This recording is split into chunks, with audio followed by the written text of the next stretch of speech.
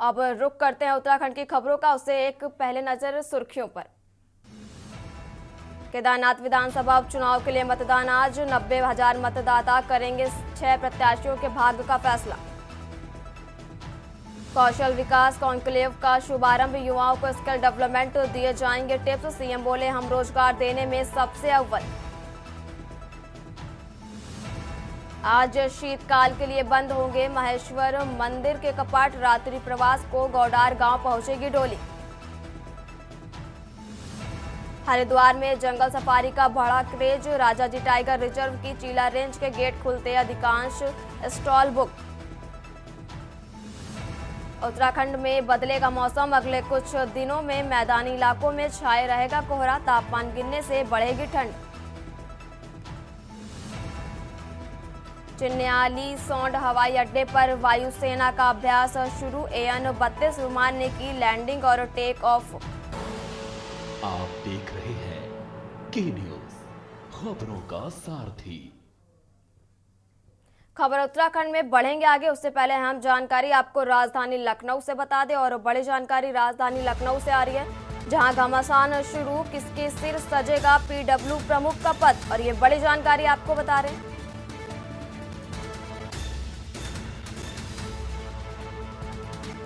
2 माह पहले ही पावर को सौंपी गई थी विभागाध्यक्ष की कुर्सी। और ये बड़ी जानकारी आपको लखनऊ से बता रहे, जहां SP सिंह व राजीव कुमार को मिल चुकी ग्रेड 1 की प्रोन्नति और शीर्ष पद पाने की होड़ में एड़ी चोटी का जोर लगाए हैं सभी दावेदार।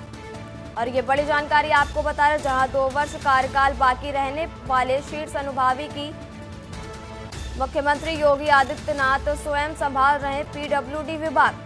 और ये बड़ी जानकारी आपको लखनऊ से बता रहे हैं।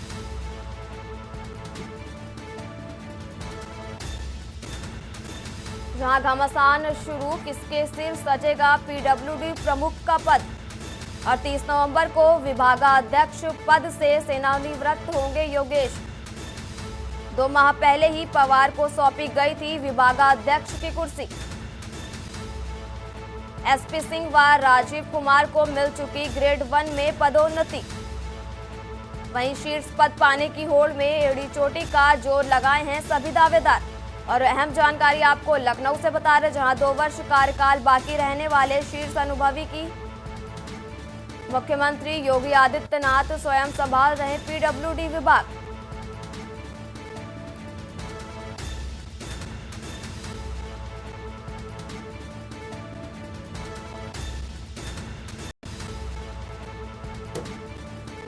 और इसी खबर पर ज्यादा बातचीत के लिए हमारे साथ सलाहकार संपादक के बख्श जी जुड़े हैं। के बख्श जी, आपसे जानना चाहेंगे कि PW प्रमुख पद के लिए होड़ शुरू है, क्या कुछ है पूरी जानकारी? अनन्या, 30 नवंबर को 2024 को योगेश पवार सेवानिवृत्त हो जाएंगे।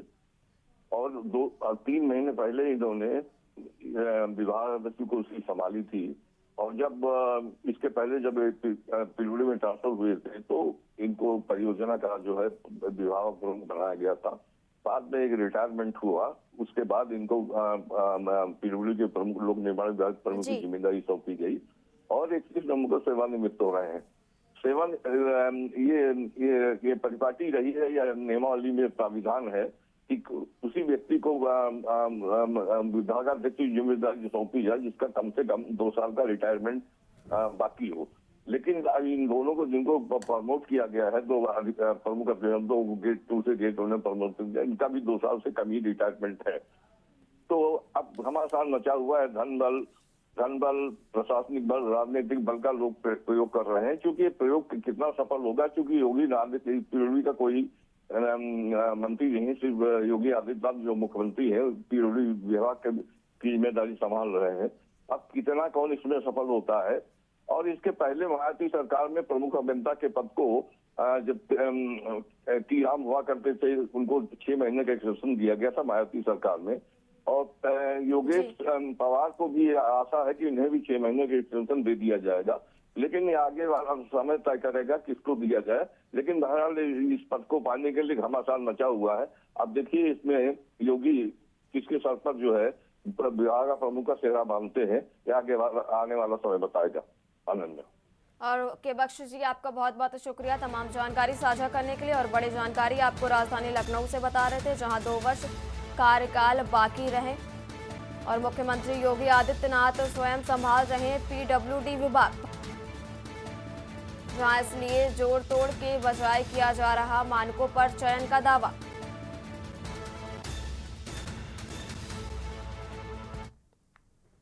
और यहां रुकेंगे एक छोटे से ब्रेक के लिए, जल्द हाजिर होंगे। आप देख रहे हैं के न्यूज, खबरों का सारथी। खबर अब ब्रेक के बाद एक बार फिर बढ़ते हैं खबरों की ओर। केदारनाथ विधानसभा में चुनाव को लेकर वोटिंग जारी है और बीजेपी प्रत्याशी ने मतदान से पहले लिया बाबा का आशीर्वाद। भाजपा उम्मीदवार आशा नौटियाल ने मंदिर में मत्था टेका और अपने मतदान का प्रयोग करने से पहले पूजा अर्चना की।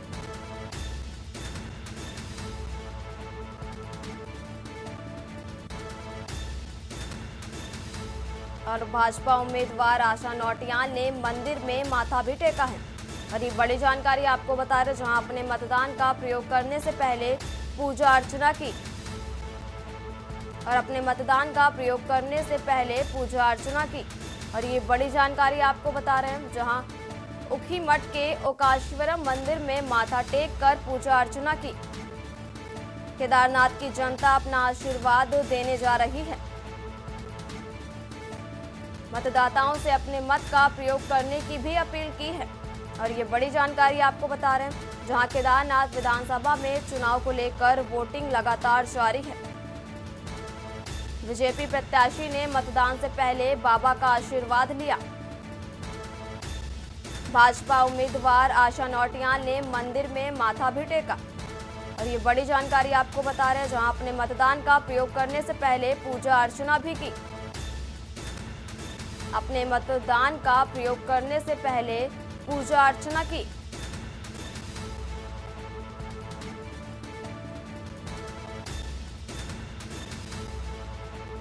केदारनाथ की जनता अपना आशीर्वाद देने जा रही है। मतदाताओं से अपने मत का प्रयोग करने की अपील भी की है। केदारनाथ विधानसभा में चुनाव को लेकर लगातार वोटिंग जारी है। और ये बड़ी जानकारी आपको बता रहे, जहां बीजेपी प्रत्याशी ने मतदान से पहले लिया है बाबा का आशीर्वाद। भाजपा उम्मीदवार आशा नौटियाल ने मंदिर में माथा टेका।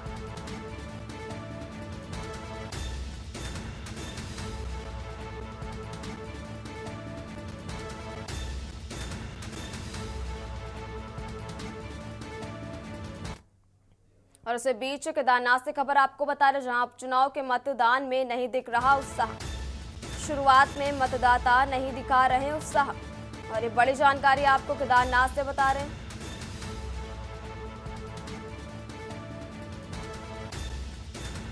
मतदाता चुनेंगे अपना विधायक। और ये बड़ी जानकारी आपको केदारनाथ से बता रहे, जहां 6 प्रत्याशी आजमा रहे हैं अपनी किस्मत का फैसला।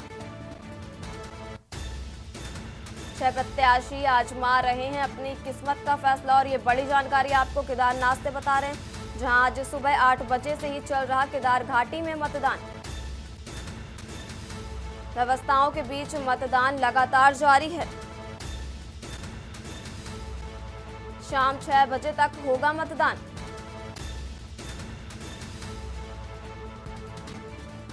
और केदारनाथ में मतदान लगातार जारी है। और ये बड़ी जानकारी आपको केदारनाथ से बता रहे हैं।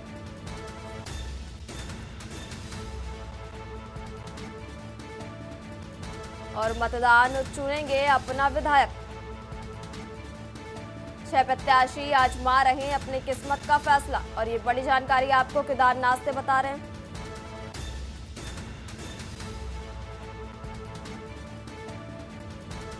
आज सुबह 8 बजे से ही चल रहा है केदार घाटी में मतदान। व्यवस्थाओं के बीच मतदान लगातार जारी है। शाम 6 बजे तक होगा मतदान।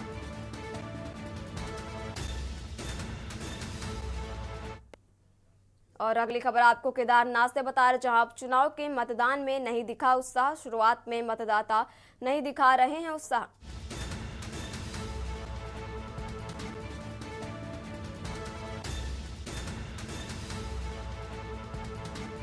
9 बजे तक मात्र 4.30% मतदाताओं ने डाला है वोट। मतदाताओं के शुरुआती रुख से प्रत्याशी के समर्थन है निराश।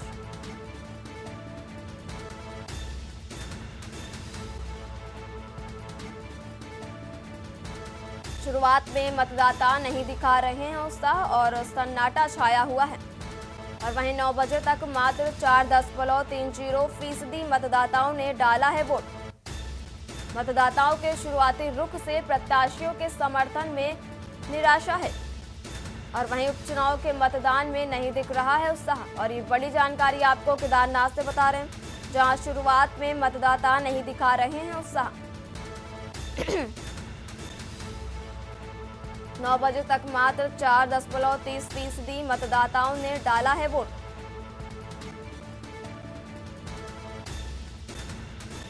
और ये बड़ी जानकारी आपको केदारनाथ से बता रहे, जहां उपचुनाव के मतदान में नहीं दिख रहा है उत्साह। शुरुआत में मतदाता नहीं दिखा रहे हैं उत्साह। 9 बजे तक मात्र 4.30% मतदाताओं ने डाला है वोट। और ये बड़ी जानकारी आपको बता रहे हैं, जहां मतदाताओं के शुरुआती रुख में प्रत्याशियों के समर्थन है निराश। और अगली खबर आपको देहरादून से बता रहे और बड़ी जानकारी आपको देहरादून से बता रहे, जहां केदारनाथ विधानसभा में मतदान लगातार जारी है। और ये बड़ा अपडेट आपको बता रहे हैं, जहां शांतिपूर्ण तरीके से चल रहा मतदान की प्रक्रिया। 6 प्रत्याशियों के भाग्य का आज फैसला करेंगे मतदाता। और ये बड़ी जानकारी आपको देहरादून से बता रहे, जहां पहले 1 घंटे में 5.33% हुआ है मतदान।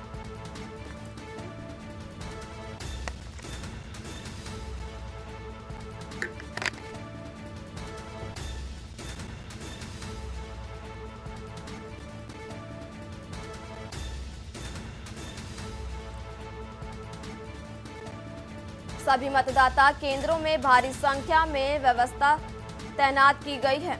और वहीं केदारनाथ विधानसभा में मतदान लगातार जारी है। और ये बड़ी जानकारी आपको देहरादून से बता रहे हैं, जहां शांतिपूर्ण तरीके से चल रही मतदान की प्रक्रिया। 6 प्रत्याशियों के भाग्य का आज फैसला करेंगे मतदाता। वहीं पहले 1 घंटे में 5.33% हुआ है मतदान।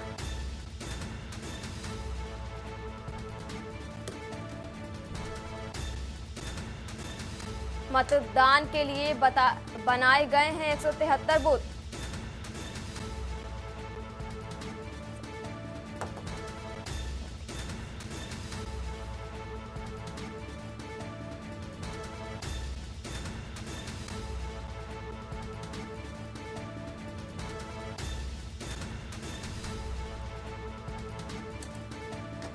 और इसी खबर पर ज्यादा बातचीत के लिए हमारे साथ संवाददाता अंकित काला जुड़े हुए हैं। अंकित, आपसे जानना चाहेंगे, केदारनाथ उपचुनाव को लेकर मतदाताओं में उत्साह कम नजर आ रहा है, क्या कुछ है पूरी जानकारी? क्योंकि मतदान में वोटिंग को लेकर उत्साह कम नजर आ रहा है और हर तरफ सन्नाटा भी छाया हुआ है।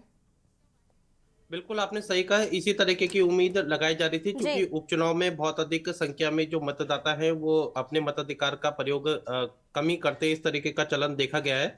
केदार घाटी की अगर हम बात करें तो इस समय सर्द हवाएं हैं। और चूंकि वहां की अगर भौगोलिक परिस्थिति की बात करें तो ऐसा माना जा रहा है कि दोपहर के समय में मतदान थोड़ा सा बढ़ सकता है, इसका प्रतिशत बढ़ सकता है, क्योंकि ग्रामीण क्षेत्रों में इस समय जो लोग हैं वो अपने दिनचर्या के जो कार्य हैं उसमें काफी व्यस्त है। सुबह 1 घंटे की अगर हम बात करते हैं तो मात्र जो है 5.5% के करीबन मतदान हुआ है। और अधिकांश जो हमारे मतदान केंद्र है वहां पर करीब करीब सन्नाटे जैसी स्थिति देखने को मिल रही है।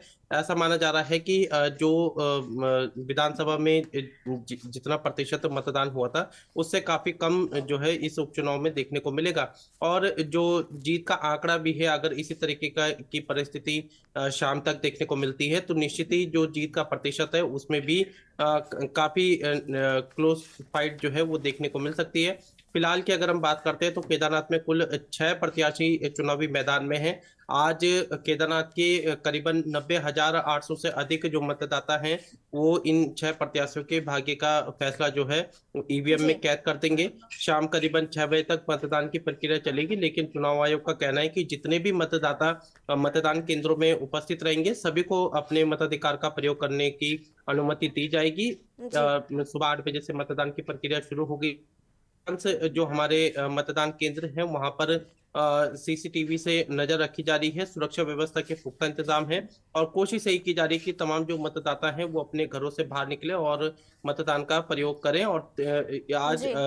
मतदान की जो प्रक्रिया संपन्न होने के बाद 23 तारीख को परिणाम आएंगे, तो 23 तारीख को देखना होगा कि केदारनाथ की जनता ने क्या कुछ निर्णय लिया है। लेकिन फिलहाल की अगर हम बात करते हैं तो केदारनाथ में भाजपा और कांग्रेस के बीच में कांटे की टक्कर देखने को मिल रही है। सीधा मुकाबला दोनों ही दलों के बीच में देखने को मिल रहा है, लेकिन जी। भाजपा के लिए ये सीट जीतना बेहद ही जरूरी है, क्योंकि इस केदारनाथ के जो नतीजे आएंगे उसकी जो चर्चा है वो पूरे राष्ट्रीय स्तर पर होगी। भाजपा के लिए ना सिर्फ ये सीट जीतना विचारधारा को जीतने के लिए के लिहाज से जरूरी है, बल्कि उसकी एक परंपरागत सीट भी है। तो ऐसे में भाजपा ने पूरी ताकत इसमें लगाई है। इसके अलावा कांग्रेस की बात करते हैं तो कांग्रेस ने भी अपने पूर्व विधायक जो कि केदारनाथ से रहे हैं मनोज रावत पर ही दांव चला है। तो कांग्रेस को भी काफी उम्मीदें हैं कि इस केदारनाथ जी। विधानसभा की जो जनता है वो उन्हें अपना भरपूर आशीर्वाद देगी। और तमाम जो प्रत्याशी हैं आज सभी ने बाबा केदार का आशीर्वाद लिया है। अब देखना होगा कि बाबा केदार की जो कृपा है वो किस प्रत्याशी को के ऊपर रहती है। लेकिन फिलहाल की अगर हम बात करते हैं तो मतदाताओं में उस तरीके का उत्साह नहीं दिख रहा है और ऐसा माना जा रहा है कि करीबन एक बजे के बाद जो है मतदान की प्रक्रिया में थोड़ी सी तेजी आ सकती है। और फिलहाल अभी 5.5% के करीबन मतदान हुआ है। और जी। अंकित, आपसे ये भी जानना चाहेंगे जैसे कि अभी 1 घंटे में 5.33% ही मतदान है, तो क्या कुछ कारण है कि अभी तक मतदान इतना कम हुआ है या फिर कोई और वजह? देखिए, चूंकि जी। ग्रामीण परिवेश है, जो तमाम जो हमारे उत्तराखंड के जो पहाड़ी क्षेत्र है वहां पर एक भौगोलिक परिस्थिति एक बड़ी चुनौती है। ठंड का इस समय है, लोग अपने पहले जो दैनिक दिनचर्या के जो कार्य हैं उसको पूरा करते हैं। जो बच्चे हैं वो इस समय स्कूलों की तरफ है। तो निश्चित ही इस ये तमाम जो कुछ एक कारण है जो कि समय ज्यादा देखने को मिल रहे हैं। सुबह मतदान केंद्रों की अगर हम बात करते हैं तो कुछ एक मतदान केंद्रों में जहां पर की आबादी थोड़ा सा इस समय अधिक है वहां पर मतदाता थोड़ा से अपने घरों से बाहर निकले, लेकिन उस तरीके का उत्साह फिलहाल देखने को नहीं मिल रहा है। और ऐसा माना भी जा रहा था कि उपचुनाव में करीब करीब जो मतदान है वो ठंडा ही रहेगा, लेकिन निर्वाचन आयोग की तरफ से अपनी ओर से 173 मतदान केंद्र बनाए गए हैं। कोशिश की गई है कि हर एक मतदाता तक जो निर्वाचन आयोग है वो अपनी उपस्थिति दर्ज कराए, वहां पर किसी प्रकार की कोई दुविधा या कोई शिकायत जो है वो मतदाता को ना हो, इसके लिए तमाम सुरक्षा के इंतजाम किए गए हैं, सीसीटीवी लगाए गए। लेकिन तमाम प्रयासों के बाद भी अभी केदारनाथ की जनता फिलहाल बहुत बड़ी संख्या में मतदान के लिए बाहर नहीं निकल रही है। उसके तमाम अनगिनत कारण हैं, लेकिन ऐसा माना जा रहा है कि दोपहर के समय थोड़ा मतदान की प्रक्रिया में तेजी आ सकती है। जी। और अंकित, आपसे ये भी जानना चाहेंगे जैसा कि उपचुनाव में भाजपा की ताकत का जिक्र करें तो प्रदेश और केंद्र में सरकार केदारनाथ में सीधे पीएम मोदी का जुड़ाव और सीएम, मंत्री, विधायक और पार्टी पदाधिकारियों का प्रचार है। वहीं महिला मतदाता बहुत सीट पर 2 बार की विधायक रही हैं। महिला चेहरा आशा नौटियाल पर लगा है, क्या लगता है बीजेपी अपनी सीट पर कब्जा रख पाएगी या नहीं? बिल्कुल आपने सही कहा। जी। देखिए, आशा नौटियाल 2 बार की वहां से विधायक रही है और एक लंबा अनुभव उनके पास है। महिला कैंडिडेट है जी। और अगर आप केदारनाथ की अगर आप मतदाताओं की संख्या देखेंगे तो महिला मतदाताओं की संख्या अधिक है पुरुष मतदाताओं के लिहाज से। करीबन 46,000 के करीबन जो हमारी महिला मतदाता हैं और 44,800 के समथिंग जो है हमारे करीब करीब 45,000 के करीबन जी। आप मान के चले कि पुरुष मतदाता है।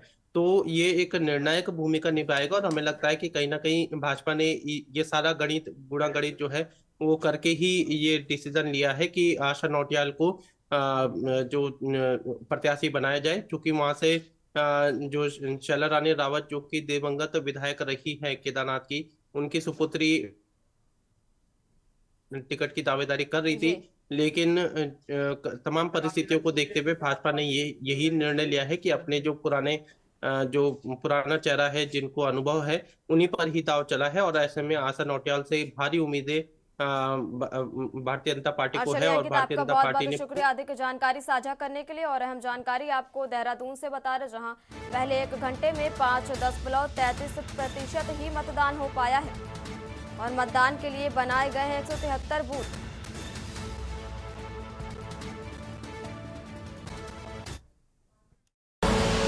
आप देख रहे हैं के न्यूज, खबरों का सारथी।